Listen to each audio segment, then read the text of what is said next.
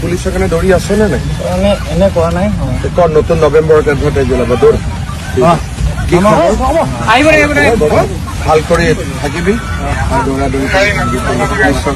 এইখন আহিছে আমাৰ ফিল্ডখন। তো ৰাতিপুৱা 5টা বাজিছে। Good morning. তো আজি অকণমান সোনকালে আহিব চেষ্টা কৰিলোঁ। কুমলি বৰ্তমান পৰি আছে। তো যদি অসম পুলিচৰ চাকৰি লাগে তো এনেকৈ ৰাতিপুৱা গধূলি দৌৰিব লাগিব, পঢ়িব লাগিব। তো এতিয়া গৈ আছোঁ ফিল্ডত যিহেতু প্ৰেক্টিচ কৰি আছে। মই কিমান সোনকালে আহিছোঁ, মোতকৈ সোনকালে আহি দৌৰি আছে ফিল্ডৰ পৰিৱেশখিনি।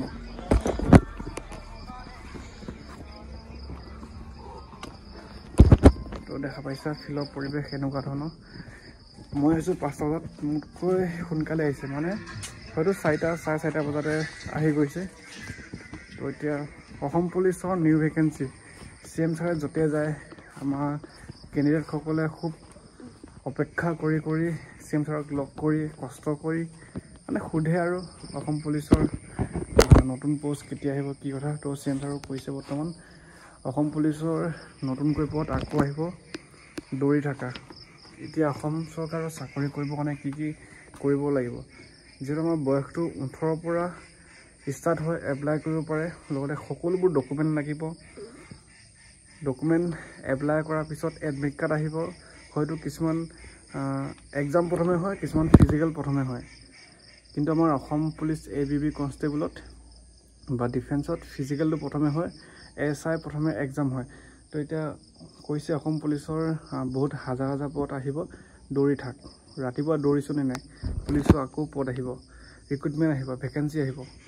সেইকাৰণে চাকৰি যদি কৰিব মন আছে দৌৰি থাক। এতিয়া CM ছাৰে ক'লে নৱেম্বৰ মাহতে আহিব, নৱেম্বৰ লাষ্টৰ ফালে আহিব, মানে নৱেম্বৰ মাহৰ শেষৰ ফালে নতুন ভেকেঞ্চি আহিব। বাৰে আপডেট দি আছোঁ, ভুল নকৰিবা। তো যেনেকৈ ৰাতিপুৱাই যেনেকৈ পাৰা সেনেকৈ মানে দৌৰিব চেষ্টা কৰিবা, পঢ়িব কাৰণে চেষ্টা কৰিবা, ল'ৰা হওক ছোৱালী হওক। আৰু বহুতে কমেণ্ট কৰে মোৰ হাইটটো নহ'ব বা আছাম কামাণ্ডো ভাল পাওঁ, এইবিলাক আপডেট মই দি আছোঁ। প্ৰত্যেকটো সময়তে প্ৰত্যেকটো আপডেট দি থাকিম। তো ফিল্ডৰ পৰিৱেশটো এনেকুৱা ধৰণৰ, বহুতে কষ্ট কৰি আছে, ৰানিং কৰি আছে। তোমালোকেও ৰানিং কৰা। তুমি যিমান কষ্ট কৰি আছা তোমাৰ লগৰজনে তোমাতকৈ দুগুণ কষ্ট কৰি আছে। সেই কষ্টৰ সময়মত দেখাব, সেইকাৰণে কৈছোঁ। তো ৰানিংটো কৰি থকা নেৰিবা, আৰু ময়ো আপডেট দি যাম। তো যদি প্ৰথমবাৰ চেনেলটো ছাবস্ক্ৰাইবটো কৰি ল'বা। এতিয়া গম পালা নৱেম্বৰ মাহত নিউ ভেকেঞ্চি দিব। আছাম পুলিচ ABB কনষ্টেবল যথেষ্ট পদ আহিব। তো আছাম কামাণ্ডো কি হয় সেইটো আপডেট দিম।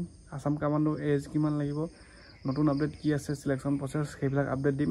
এটা মোৰ ইনষ্টা ID আছে পলাশ আছাম, তাতো গৈ ফ'ল' কৰি ল'বা। ভিডিঅ'টো বেছি দীঘল নকৰোঁ, যিহেতু অসম পুলিচৰ নিউ ভেকেঞ্চি আহিব, সেইটো খাটাং হৈ গ'ল। CM ছাৰে য'তে যায় তাতে কয় অসম পুলিচৰ লাগিব নে কামাণ্ডো লাগিব, সেনেকৈ কৈ থাকে। তো এতিয়া গম পালা, দৌৰিব দিছে। নৱেম্বৰ শেষৰ ফালে হাজাৰ পুলিচৰ মানে পুলিচৰ পোষ্ট আহিব, নিউ ৰিক্ৰুটমেণ্ট, নিউ ভেকেঞ্চি আহিব। মই আহিলোঁ মৰ্ণিং 5টা বাজিছে। তো ফিল্ডৰ পৰিৱেশটো এনেকুৱা, তাত দৌৰি আছে এইফালে। তো মই ভিডিঅ'টো বনাই দিছোঁ ইয়াতে, কাৰণ সকলোৱে সহায় হওক, সকলোৱে এক্টিভ হৈ থাকক, যাতে এপ্লাই কৰি কেনে ফিজিকেলত ভাল মাৰ্ক পায়, এক্সাম দি ভাইভা টেষ্ট দি ফাইনেল মেৰিটত নাম আহে, তেওঁলোকক সেই এপইণ্টমেণ্ট লেটাৰ, ট্ৰেইনিং, মানে এইবিলাকে আৰু ডিউটি। তো যিহেতু সকলোৱে ডিফেন্সটো মানে অসম পুলিচৰ লাইনটো এতিয়া সকলোৱে ভালে পাইছে, আৰু TA আৰ্মি আহি আছে, TA আৰ্মি আপডেট বিচাৰি আছে। মই সেইটো আপডেট দিম। TA আৰ্মি কোনে দৌৰিব যাবা, তো কিমান তাৰিখে কোনটো ঠাইত পৰিছে TA আৰ্মি আমাৰ অসমৰ কেণ্ডিডেটসকলৰ কাৰণে। তো সেইবিলাক আপডেট দিম। চেনেলটো ছাবস্ক্ৰাইব কৰি ল'বা, এই ধৰণৰ আপডেটবোৰ পাই যাবা।